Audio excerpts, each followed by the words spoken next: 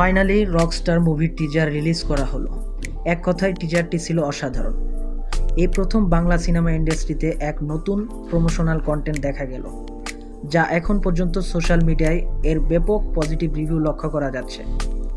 এই টিজারটিতে মেগাস্টার শাকিব খানের মিউজিক্যাল জার্নিটা লক্ষ্য করা যায়, যেখানে একটি পাখিকে খোলা আকাশে বজ্রপাতের আঘাতে নিচে পড়ে যাওয়া থেকে শুরু করে একটি ছোট ছেলের চোখে জ্বলন্ত স্বপ্নকে দেখা এবং পরিশেষে সেই ছেলেটি ক্যারিয়ারে উচ্চ পর্যায়ে এসে ক্যারিয়ারে ধস নেমে ভেঙে পড়ে আবারও সারভাইভ করাটা এই টিজারটিতে শর্ট আকারে দেখানো হয়, যা অনেকেই লক্ষ্য করেনি।